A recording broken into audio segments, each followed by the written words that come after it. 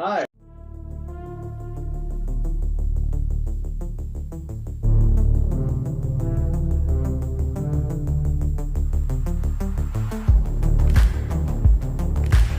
Welcome to the episode 3 of the Talk&Schlock connection. I'm your host, Chris, and this is my co-host. Hi, I'm Cory. Chris's co-host. That was awesome. I always just do that. Like I'm so awkward. I'm as awkward as introducing myself in a podcast. Like, hey. Yeah, I know it's weird. It's weird unless you're like reading the intro, I guess. I have just as shitty taste in movies as you do. Hey. Fine with me, shit. Hi, random person. No. Today, episode 3, we're talking about Psycho Cop 2. And why didn't we do Psycho Cop 1? Because who gives a shit? Yeah. I can attest, I've seen this movie maybe 3 or 4 times in my life. I've never seen Psycho Cop once because basically everybody that knows horror movies tells you not to. This movie though, oddly enough, got a lot of more coverage than the original Psycho Cop because I think you have to actually go out of your way to check it out. As opposed to this one. This one has a much better reputation than the other one. I remember not like even knowing what Psycho Cop was, and then I think I saw this on TV, and I'm like, Psycho Cop 2. I'm like, well, I haven't ever heard of Part 1.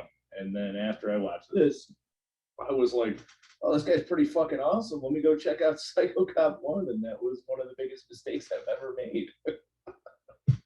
Well, I mean, you just mentioned the guy is awesome. Like the guy who plays a Psycho Cop in this movie. Again, I've never seen the first one. I don't know how he is in that movie, but or even if it's the same guy, is it? It's the same guy, yeah. Oh, same guy. But no, in this movie, this guy is just a blast to watch. It's essentially if Joe from Family Guy, A, could walk, and B was a homicidal murderer who just goes after yuppies throwing a bachelor party in their office building.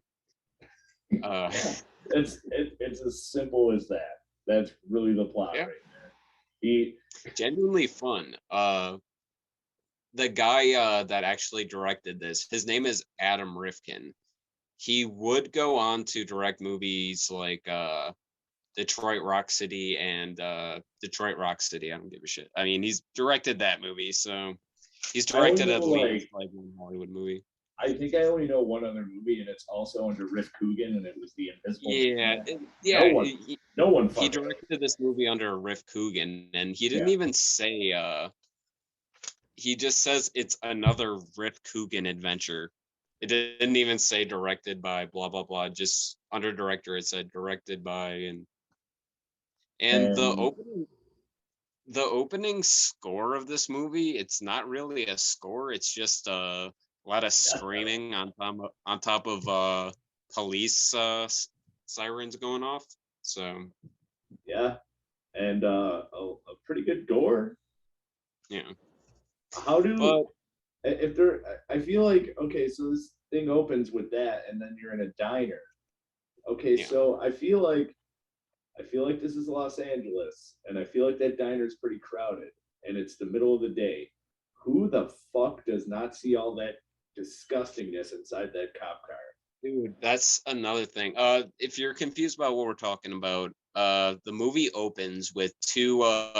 This movie takes place in the early '90s, so yuppies, hanging out in a diner. One of them looks wildly over the top nerdy, and the other looks like the typical 27, 28-year-old like guy who still has like the fan hair, like an extra on Full House, basically. But there's like a '90s. He's like a typical '90s young yuppie. Yeah. I mean, that's one thing I liked about this movie initially. I was like, okay, these guys are like in their mid to late 20s, possibly or early 30s, and they won't try to go on that.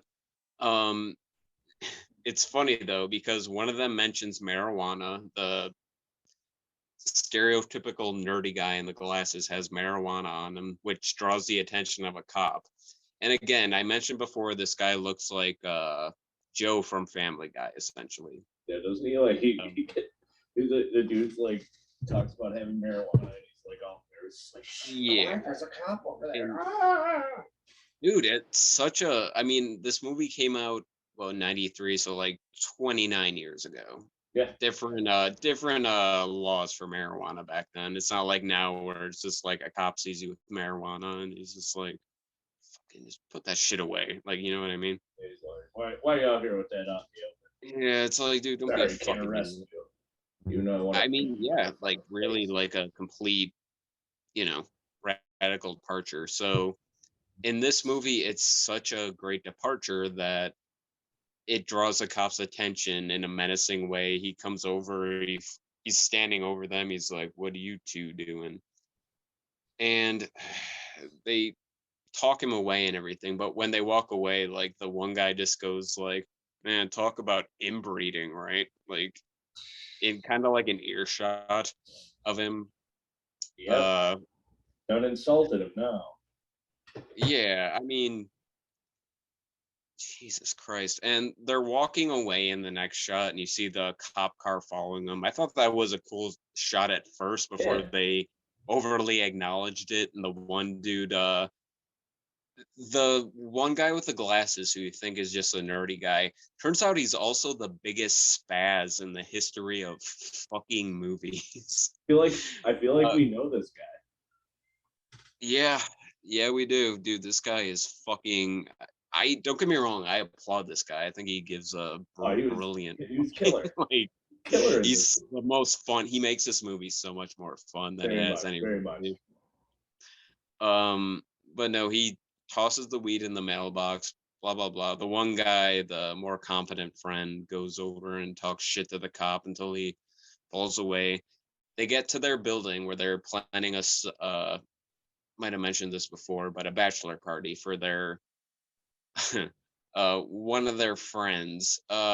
This movie has like a 4 male cast and plus 3 strippers. So it's gonna be, trust me, you're gonna see us passing along. And I know we on this podcast always pass along characters because they're essentially irrelevant, but you're probably gonna see us doing that a lot in this too. Oh yeah. But no, they get to the building.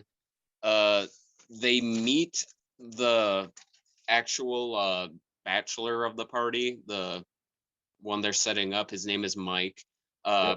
He's supposed to be around the same age, I think, yet he's missing all the hair on top, and he's there's no way of saying this. It's a repeated theme in all of our videos. Like, these people do not look the age that they're trying to play, which is why in movies like this, I think people usually root for the killer because they're the ones essentially calling them out on their bullshit.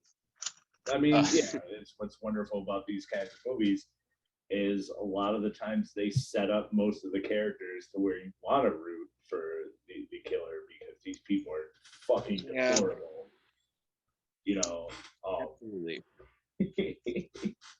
Well, we get into this office and it's never actually told what these guys do aside from typing in on computers and making like copies of shit. They're all essentially Rob Schneider from fucking those SNL or those SNL. That's their job in this movie. They have no job. This is like all you see is you see them sneaking around talking about the party, sneaking things in and sitting at a desk or in that other room making copies. Yes, and mostly like and mostly of like their faces and butt cheeks. It's not like they don't do any actual work. And there is a moment where their head boss comes in, and this guy kind of looks like a mix of like Bill Nye and Dr. Fauci, like from the news. Like but even the actor doesn't seem to give a shit. He just like walks through the group of delinquent late 20-year-olds and just says like, "Hey, stop kissing my ass," and then just leaves. Like, apparently he doesn't give a shit what happens in his office after. You never see that guy again either. You like never see him again. No. Like, I think he might be like relative of the cast or something. I mean, it was funny, like seeing that one line where it's like, "Stop kissing my ass." Like I laughed a little bit at that. Shit, what the fuck is the name of that guy? I don't know. Shit. The fuck is his old He had name? like the weirdest fucking name. Blah, blah, blah, blah, blah. So what happens when you don't He looks like do he he looks like one of those like over the top parents in those like old Nintendo and Sega Genesis commercials. Well, yeah, I mean, he seems like an over the Like, top strict parent. stop playing Sega right now. Take that, take that, twisted sister, you pin off your uniform. Fuck, I had it in my notes. I can't fucking find it. Yeah. This is why you don't take notes. I think the notes slow me down more than they fucking help me. Anyway, they go into this bachelor party. They hire two strippers. One's dressed like Cowboy Troy from the fucking Pee Wee Herman show, and the other one just looks like your typical '90s stripper or whatever. Everyone has vacated the building. Biggest thing, I actually just forgot this. As the one horny friend, the friend of the guy with the glasses, Brian, he goes in to make copies. There is a couple having sex on the copy machine. Now, I just want to point out this happens in the daytime when the boss is still there, when every other employee is still there. As this movie goes on, though, it cuts about 10 minutes in when the actual tension starts happening. The couple is still having sex on the copy machine, and it's gone from sun up to sundown. Everybody's left work. Nobody's walked in there except for the one, typical Brian character who just like walked in and was like, "Hey guys." Couple Uh, a couple of troopers right there, really going so in. I was gonna say they're still going at it. It had to be hours, and they weren't even doing it on a comfortable surface, which is, impressive. Give them some credit. One was a breakable glass surface. And that woman has to be the tannest woman I've ever seen in my life. Was she the Playmate of the Year? That because I again at that age in '93, I would have no idea. I feel like she was somebody, but the penthouse pet of the year was Julie Strain. She was the one dressed in the cowboy getup, and Oh, okay. I remember I mentioned this to you the other day that she was actually married to Kevin Eastman, the co-creator of the Teenage Mutant Ninja Turtles, for a short period, or not a short period of time, a few years. Still, like, good on you, Kevin Eastman. I show my age as a disgusting pervert. I know know who these people are. I sought out movies with these certain people as a young man. You mean a disgusting pervert, dude? I'm pretty sure these movies come across you when you're a young man. Like, you know what I mean? Like, I'm never gonna apologize for watching Poison Ivy. So do those magazines. Yeah, I'm not gonna apologize for still knowing the names of the softcore pornography that came on the television that night when I was we had this thing called Cinemax and HBO when we were kids, younger people. So very very easy. All right, it was like our internet back in the day. I watched like the fuck. Oh, they had a series of movies called Indecent Behavior. Yeah. Somehow was an erotic thriller with psychiatrists. Good shit. I'm just saying, dude. Hey, like, man. Internet wasn't around when we were kids, so. Hey man, it was Shannon. Is what it is. It was Shannon. Shannon Tweed, man. Don't blame us. Blame Gene Sommons' ex-wife. Shit, is she still his wife? I think it's still his wife. Oh man, good for them. Romance is still alive. I'm still. I don't know who would have. I don't know who would start a romance with Gene Sommons, but all right. Yeah. He's a pretty undesirable looking man. All right. Anyway. Once you take away, they were already married before he took off that makeup and shit. We just went on. Right when she said I do, he just goes like this. It doesn't come out that far anymore, Gene. I'm sorry, we got way off track on this movie that no one would ever give a shit about. We talked about these people having sex for what looks like million years. All right. Yes, million years. The whole movie, really. Speedball people through the murder process in this movie. Yes. The strippers have already come up. The cop parks directly in front of the building, which the guy with the glasses knows. He witnesses the security guard Gus giving them access to like the party portion, which is apparently several stories up of this high rise. Afterwards, this is where Psycho Cop, which is all I'm gonna call him. I know he has an actual name, I think, in the movie. Oh man.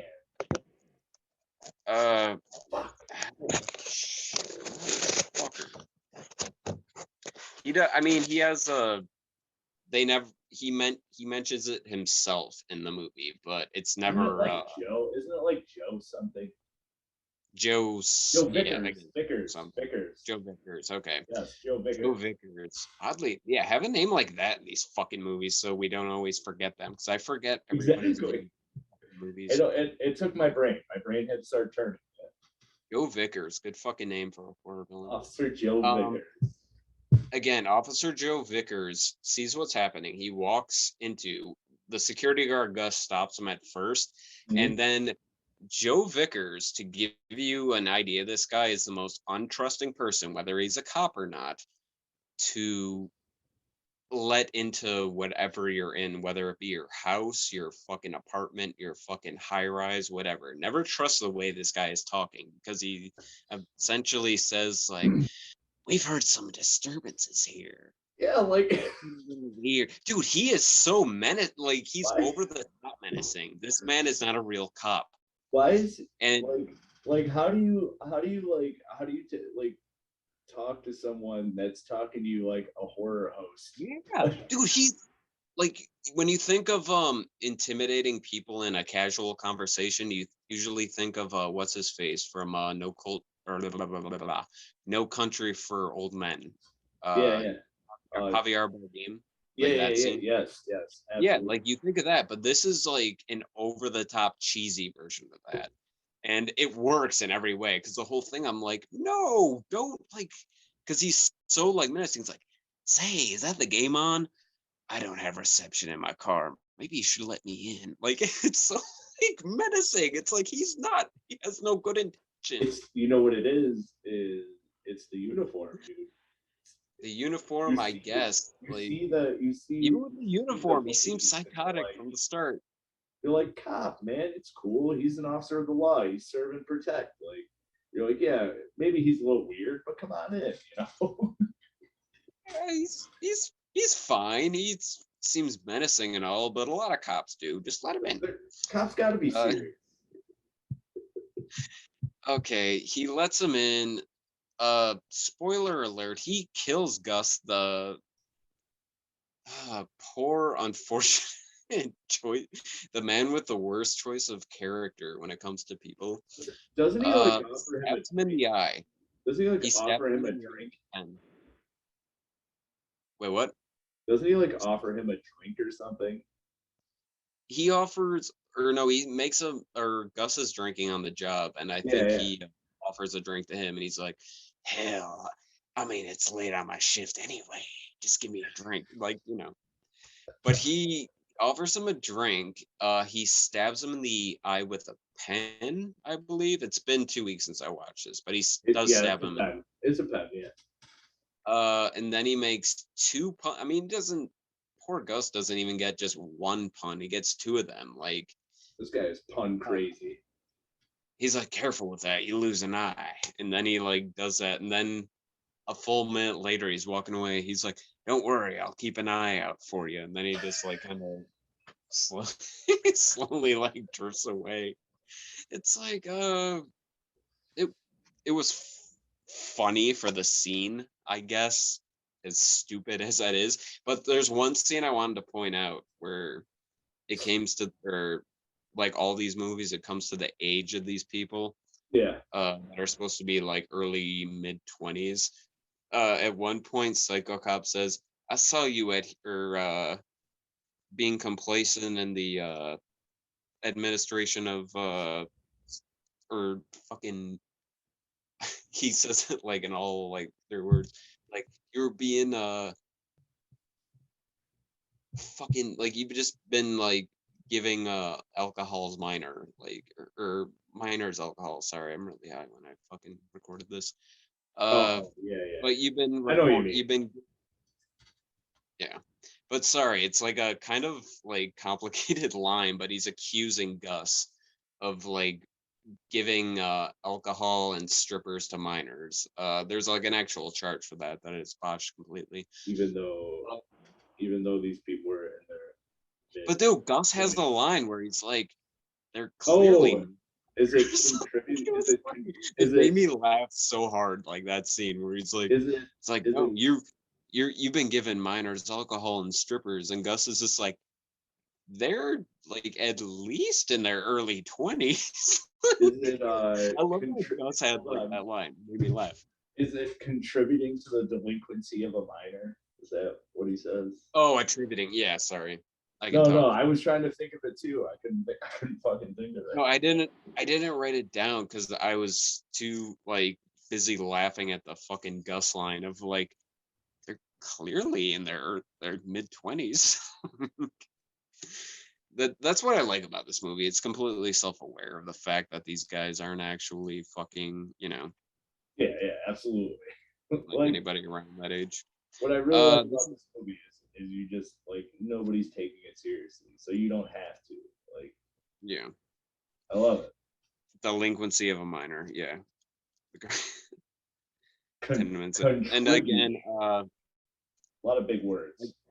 My next note after that, after talking about that line with Gus, is the 45 minutes in the couple is still fucking. Give them those two a fucking medal. They get killed immediately afterwards. Yeah, I was gonna say they pretty much have sex until they get murdered. Yeah. Well, when they do it, they get double impaled. The guy is standing like right in front of the girl and like right through. Very cool. Little Jason goes to hell type shit.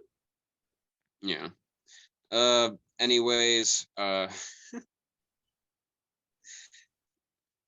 after that, the nerdy guy keeps getting these weird fucking photocopies. A photocopy machine was a thing from the mid 90s to the late 90s, but of a policeman's badge, and also a guy's smeared face on there, which is initially taken by everybody else in the crew as a just a prank by the they're like he's guy just goofing around. Just goofing around. Yeah.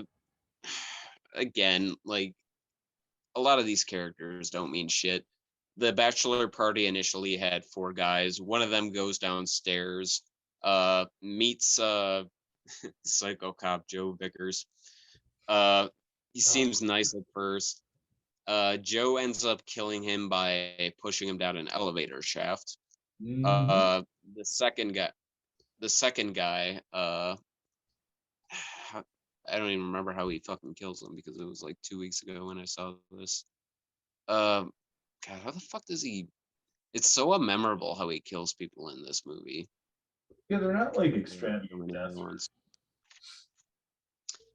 I don't know, dude. Again, dude, like anybody who's listening to this has probably already seen it. Joe kills the 2 middle-aged men playing as 20-year-olds. As he goes on here.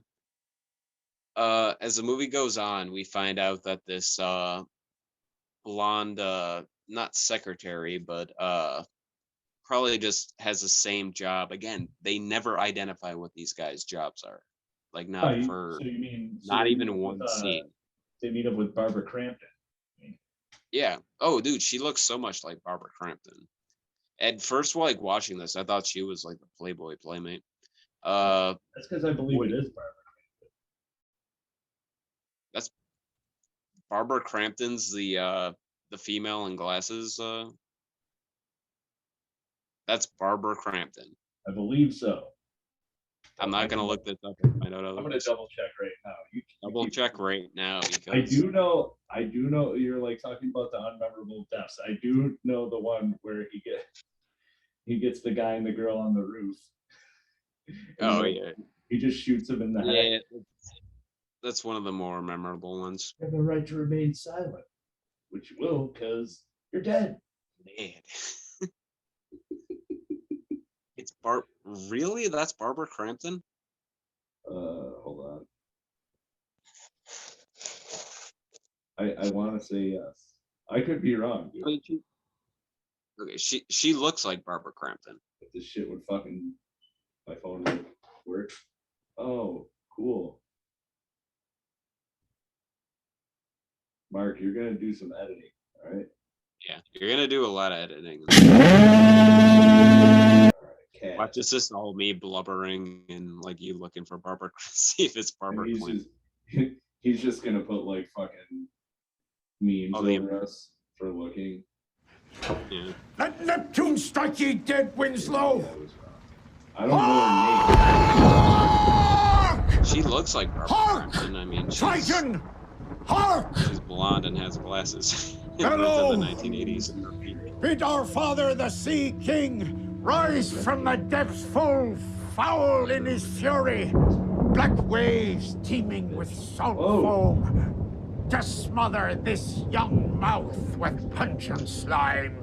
To choke ye, engorging your organs till ye turn blue and bloated with bilge and brine and can scream no more. Well, I mean, either way, like only when he they tried to make this lady like a relevant character early on in the movie because she kind of like passed off one of the yuppies advances, and then it turns out she's just a workaholic because she's a hot blonde with glasses and Yeah. Is this man? Is that one dude's friend? His name is Lawrence. Lawrence. Larry. Well, no, I had them all written down. I know it's Mike O'Brien. Yeah, I'm pretty sure the other dude's name is But Larry. there's so fucking. It's like there's no reason to remember these guys. There's the dude with the totally receding hair. There's the other guy with the still has a little bit on the top. Honestly, the only dude I really remember in this movie is that dude with the glasses because of his dude, that guy is amazing. That guy was awesome. That guy is really cool. We mentioned this. Sorry, my thing's wobbly right now. You're fine. Be fine. That guy's actually in every Adam Rifkin movie I've noticed, and he's actually kind of like notable in each one. In this movie, this guy he starts off as kind of like the nerdy sidekick of the kind of less notable one who gets killed off fairly early. Larry. Yeah, Larry. He's such a Larry too. He's so like fucking like unmemorable. Very much a Larry. But once the shit hits the fan in this movie, this guy starts losing his shit in the most fucking awesome way possible. When they start finding the dead bodies, like his exact reaction, because again, like he's trying to convince everybody, yo, there's this cop here and he's murdering people and he's sending us up faxes to, and everyone else is like, dude. Whatever. They're completely unfazed by it for, oh my god, whatever reason. Like there's no reason for them to be this unfazed by it.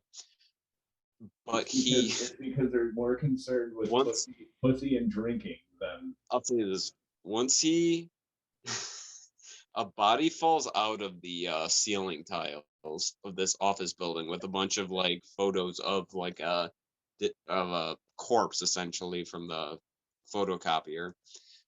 This man he transforms in this movie to like, I don't know what the hell is going on over here, but I'm fucking losing my mind. Like, dude, he's like losing, dude, and it is so funny all the way. Like he goes on these almost like tangents, like I'm never fucking right about everything, but I'm fucking right about this right now. Fuck, let's get the fuck out of here. His voice is so good. Dude, it's so good. Like it makes the movie so much worthwhile. This guy, like, him losing his shit, and he ends up like surviving like towards the end of it. Again, we've given you way too much like exposition on these like unimportant characters. Freak out guy, his best friend gets shot in the head. After it's revealed that crazy officer Joe is the one doing all the killings. There's a brief scene where they like run into him and they think he's an actual cop. Yeah, where he's kind of he's trying to play it, like, but guess what? He's still doing that crazy-eyed, like menacing talk. He's going, yeah, and report us some suspicious stuff in the building. I heard you did. He's so fucking menacing. That's awesome. Like over the top menacing. But no, he's like he kind of I think he gives a gist of the first Psycho Cop movie. Like he's like, oh yeah, a bunch of kids like were getting killed, and then one of them stabbed them in the stomach with. Oh yeah, that's the plot of the first. That's the plot of the first movie. Okay, and then he says, because he kind of leads in like he's like in just a usual cop. They're not like phased by his genuine creepiness. But then he literally just goes like, yeah, I threw that stripper off the side of the building. Like it's such an odd like villain reveal to people that should probably know that it's him already. And he's like, I love Satan too. I love Satan. And that's the thing too. It's like he's just evil because he just loves Satan or something. Oh, and it's not like he just seems like 10th grader satanic. All he does is like make pentagrams and write 666 on shit. It's like this is absolutely true. No, it's like I guess they added it. I guess, dude. He's just a cop that kills people. He's a crazy cop. Just a cop who worships Satan and fucking kills yuppies. I mean, and it's such a weird thing too that he pursues like the two yuppies at the beginning, like into the building. Well, I feel like that's because he was there. He approached them, and then when he walked away, they assaulted him. Like that was all he needed. Like the inbreeding, dude. Yeah. He's a psycho cop. That's all he needed. It's just Psycho Cop. One thing we brushed over though is the kill with one jerk off from the bachelor party and one of the strippers on the very roof or on the roof. I think because the elevators are out of order, so one of them makes a suggestion, hey, let's go to the roof. And it looks like the roof kind of looks like the platform for a fucking like helicarrier or something. It's like a big wide open roof. Yeah. They're fooling around. Joe Vickers shows up. He has like his typical like, hey, what are you two doing up here? Shoots the guy in the head. Proceeds to have some of the best lines in the movie, where he's like, you have the right to remain silent forever. If you choose to, he's like, if you choose to say anything before you get an attorney, it'd be kind of weird because you're fucking dead. And he just keeps going with it. Again, like hats off to the dude that played Psycho Cop Joe Vickers. It's fucking funny. Before the guy got killed, he said that like stereotypical lines like, I'm not drunk, Ossifer. Yeah. Like again, it's this movie is just all comedy, and I feel bad because I think I saw this back when me and my brother had a TV in our room. Back when I was like 6 or so, like Ooh. really, really late at night. I like they didn't know I was still up, but Oh, HBO was still on. yeah. And like I remember, because dude, I remember certain parts of this, like the cop like intimidating the two guys in the diner in the beginning, and then Mhm. and, uh like you showed me the DVD years ago. This used to be a much cut down movie, like a much more like before they cut out all the gore and shit. Mhm. Mhm. Uh Again though, we get to the end of the movie. Horrible actress with blonde hair and glasses is running through. She's essentially the last survivor of Psycho Cop. The other two both got shot. Mhm. Uh, Geeky glasses guy that we keep talking about.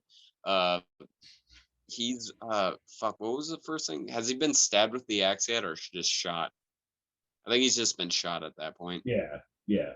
So I think he had Uh, spent the axe after. she she gets the upper hand on him. She ends up hitting him in the axe in the belly while he's just making quips about like, or basically just like, if you mixed dad jokes with a police officer. Uh, she's what do you call it? She hits him with the axe and she runs into the glasses guy again, and he's still alive, kind of. Um, they think Psycho Cop's dead. The elevator door opens. Blah blah blah. He gets hit in the back with the axe. That was in his stomach previously. Mhm. Uh, Again, I'm trying to think of like how they get out of like the high rise here. It's fucking ridiculous. You think the guy with the glasses is dead. She ends up escaping. And this movie, I swear to God, has a Rodney King reference at the end Well, of it, which is Jesus. Dude, I literally wrote in my notes, like, what the fuck is this movie doing? What are you well, doing? it's a product of the time. Uh, It but was a pretty for this serious problem movie, at the time.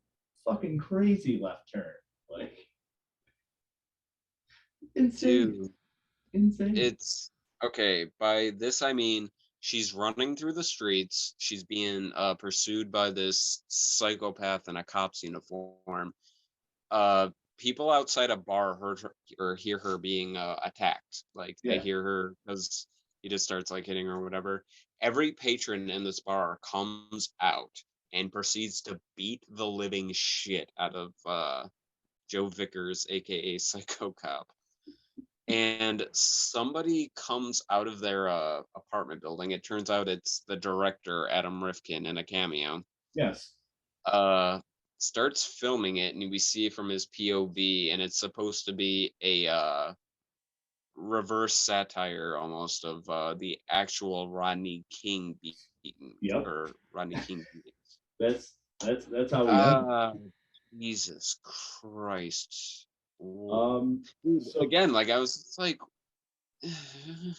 it seems a little bit more serious than like this movie that's just been so cheesy and cheap, like the whole so I mean, don't get me wrong, it doesn't ruin the movie by any stretch, no. but I was So watching it and I heard they had I have no idea why, it just says it and it's IMDb trivia that they had to film it twice. oh So yeah, I don't know.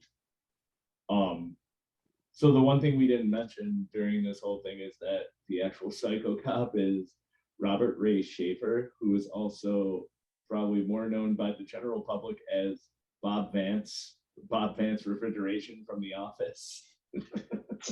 yeah. So when I watched The Office, every time I saw him, I just would laugh. Just he wouldn't even be saying anything. I would just laugh. Well, I mean, knowing that, because I mean, good for the guy that he made like icon. I mean, like a pretty like great character for himself years Mhm. later. But so when you watch this movie, it's like, and like to the man's credit, like he's the most like enjoyable part of it. For Like, sure. I think dude. I think what lacked in the first one is it was trying to be more serious, and I think he was more serious. I think he made jokes, but they fell flat because he was being really serious. I think, from what I remember, dude, it's Okay. I haven't watched it in forever, and it's a very forgettable movie. So, but I feel like you're playing your Wildly forgettable. But dude, one thing though, I forgot to mention, it cuts to them in the hospital afterwards, and we were talking about the guy with glasses. Forgot his fucking name already. Brian. Him, and the blonde lady. Again, like I refuse to remember these people's names. I Him don't and the remember her blonde name. lady. The dude with the glasses is Brian. I know Yeah, that. he has Brian. Okay, he's survived the axe and the gunshot and everything. And he's like, all bandaged up, and she's sitting next to him in the hospital bed. Apparently, they're all like friends now. Apparently, this man makes a joke like, "Oh," or somebody's like, "Oh, how do you feel?" And he's like, "Well, I feel like I got stabbed with an axe and then shot through the fucking chest or whatever." And then he starts laughing maniacally, like, Oh yeah. dude. It's like, dude, you're fucking like, that's a choice. Like, it wasn't like just him being like a shitty actor, dude. That guy was just being fun in this fucking movie. Yeah, that guy was one of the best parts. Again, the movie ends with goddamn the camera or blah, blah, blah, I can talk. The camera pans down the hall to the janitor's change room or whatever. Mm-hmm. They hear a bunch of screaming coming for it or from it, and like apparently all the staff, like the doctors and just like the nurses and the janitor, come like running into that room. You just hear a bunch of screaming. Then out walks Joe Vickers with no real scar. Or yeah, sorry, I forgot to mention. She burns him with the can of hairspray. Oh yeah. Later. Again, nobody gives. I mean, don't get me wrong. The only people that are watching this are people that have already seen it. So, no offense, you've seen all this shit before. You know the stuff that we skip. I forgot he was in the. Like, I forgot he was. we covered all the ridiculous parts. He was in the hospital with them. I forgot about that because he got his Rodney King. Yeah. Yeah. And then again, and that was it, right? That's the end. That's the movie. Yeah. Again, it sounds so sad about it. Yeah. I mean, I don't think I did a very good job explaining this incredibly simple movie. You did fine. I mean, it's so ridiculous. I can't take. It's like from the first scene, you cannot take this movie seriously. No, That's why I'm so like, well, this happens, So- and then fucking. I mean, I don't think I even mentioned one of the surviving characters, the blonde lady with glasses. She until kind like of came in the last like 20 minutes of the movie.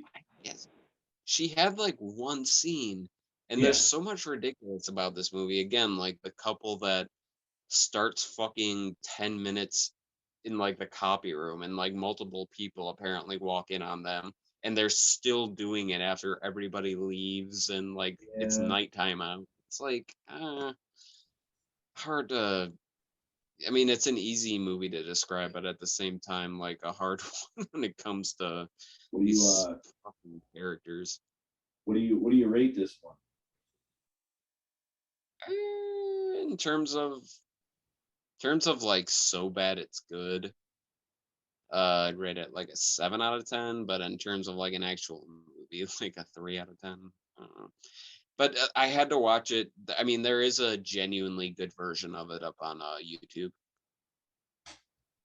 I don't know because I'm a snob. So as soon as I knew this was coming out on Blu-ray in a special edition, I bought it because It's weird. You let me borrow the Blu-ray like 3 or Yeah, 4 yeah. years ago, and I remember really enjoying it. Just like I did on the rewatch. But it had all those other scenes, and it's one of those movies like I didn't like recognize it at the time, but once I got into the first couple of minutes, I was like, wow, this is one of the movies that was on when HBO got left on in my room.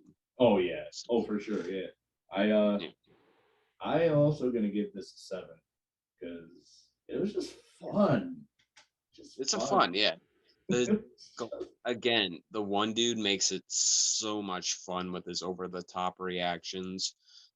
We like made the comment like a lot of the other guys are like, you are all clearly in your between the age of like late 20s and late 30s. But they all die like really quick, and it's kind of Yeah. pointed. I just love that scene where the security guard points it out. He's like, when he like accuses them of like them being minors, he's just like they're not minors.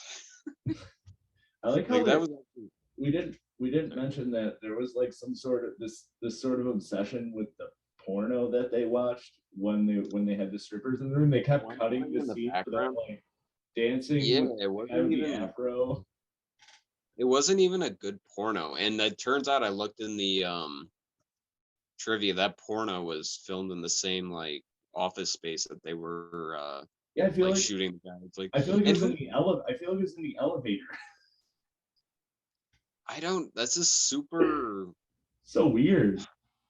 That's Dude, one thing. yeah, it's so weird. Like even back then, it was like One I don't thing think that that was a thing. always it's one thing that always got me about that movie. I was like, why do they keep cutting to this? Like, It's not like maybe it's supposed to be comedic, but lost on me then. weird. Uh, so what do you? I believe it's your pick. So what do you want to do next week? Um, would you be down for doing the movie Vamp? Yeah, absolutely, absolutely. I like that movie. I like It's that a one. lot. I mean, again, not shitting on like the movie we've done this week. Again, Adam Rifkin, like I really like Detroit Rock City. I I like like that that too. movie a lot. So, and this movie is not badly made at all. It's No, as like I mean, it is a like shitty like bad fun time movie, but um, again, it's not like it's worth your time. It's again, me and Chris both mentioned I've never seen Psycho Cop 1. Chris has, but he even like said like, dude, this is a much better movie. And it is like you fun for really what it is. and you really don't have to see part one. Yeah. It's the same. Let's just say it's the same character, totally different movie. It's there's no continuity, so it's totally fine if you just go into this one. Just have fun with it. Just have fun with it. Like don't go in there. Don't take my 7 out of 10 and go, wow, he said it was like it was it was Scorsese level. No, It that was 7 out of 10 is how much fun I fucking have with it. The 7 out of talking 10 on a fun scale, This is the motherfucker. talk and schlock connection. So if you take that second word and take that second word, don't take it lightly because that's what we're fucking here for. That's what we're here for. Dude, Neon Maniacs didn't even have an ending. It's like, Yeah. yes, we mentioned it several Yes. times in the fucking podcast. Can't We have believe fun with talked these about movies. that piece of shit. What the fuck was with Intruder, man? It's like, Jesus fucking Christ, dude. The whole movie takes place in a grocery store. Do you like this movie or not? We literally, I even put it in the description. It's Friday the 13th in a grocery store. It's like, dude, you don't, if you I mean, don't if you like it, know, for the right if you reasons. find this podcast, you know what you're looking for. Yeah. Most people that I know that like these kind of movies have like moved on and like fucking, I mean, you know, in terms of they know what they're watching and or quality wise, like what these Mhm. movies are. They don't Mhm. consider like, you know, Intruder or Neon Maniacs to be like high quality. And Right. if you and dude, I think like some people are like, oh dude, these movies are classics. It's like, yeah, are they? Or do we just have fun watching them, dude? They're classics in their Like own way, but not in the same way that like, you know, there's good so I movies. mean, because the same people are involved, I don't want to compare, but it's let's you talk about classics. It's Evil Dead, Intruder. One is a classic. One is like, hey, it's known for these things. Like, Well, it's funny you mentioned you don't have to be told about Evil Dead. People have to mention Intruder to you for you to know what the fuck it is. Intruder came from the Keegan Michael Key of that of that duo. Evil Dead was the Jordan Peele of the.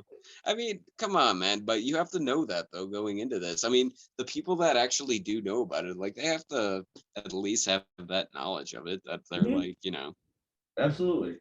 I like it. I like that All shit. right. And the movie that we're doing next week, Vamp, awesome movie, like a really fun, like a movie that I just genuinely think is a really fun movie. It's got Robert Russler. 80s. Fuck is her face? What's Grace- her name Grace from Jones. Grace Jones? Yeah, The one Grace that Jones and Robert Russler. Man. Yeah, she was in a couple things. I want to say she was in like Mad Max or something. One of them. Or Hercules? I don't know. She was in like Conan. One of the Conan. Yes, that's probably the one. Okay. Yeah. So Again, yeah. that's And dude, what if we're you doing. know these movies, again, like if you know these movies, then fucking, you're probably one of the only people watching them, and don't be surprised when we shit on them because we still like them. We're just pointing out the shit that's like, clearly wrong. At some point, but... at some point, we're gonna watch something that even if it, we're just gonna take a dump all over it if we don't like it, even if we didn't get any entertainment value out of it. I mean, it's whatever. We're just here to talk about. Yeah, we talk about have shit. we Talk about have movies we've seen. Fucking tons of useless knowledge in our brains that who the fuck else are we just talk to the air right now? Because if I go up to some random person, I've seen it happen when I talk to people about movies, they're like, oh shit, this guy, hold on. Like, I start talking and they're like, oh, I like movies, not that much. Well, yeah. But I don't know, dude. This was fun shooting the shit about it. Oh yeah, man. Again, dude, fun movie. Like most of these, only probably a little bit more better quality wise. Yeah. We should be back next week, barring any setbacks, but I'd like to get back on a weekly schedule, so hopefully that will be something we can do. But yeah, I look forward I look forward to you guys' feedback. Subscribe to the channel, the film section. We have all kinds of content coming out. So there's something new all the time. So please check us out, and thanks for joining us here. We'll see you next week with Vamp. I'm Chris. See you later. And that's Cory. He's waving at you. Sorry for all the editing that you're gonna have to do, Mark. Yeah, sorry, Mark.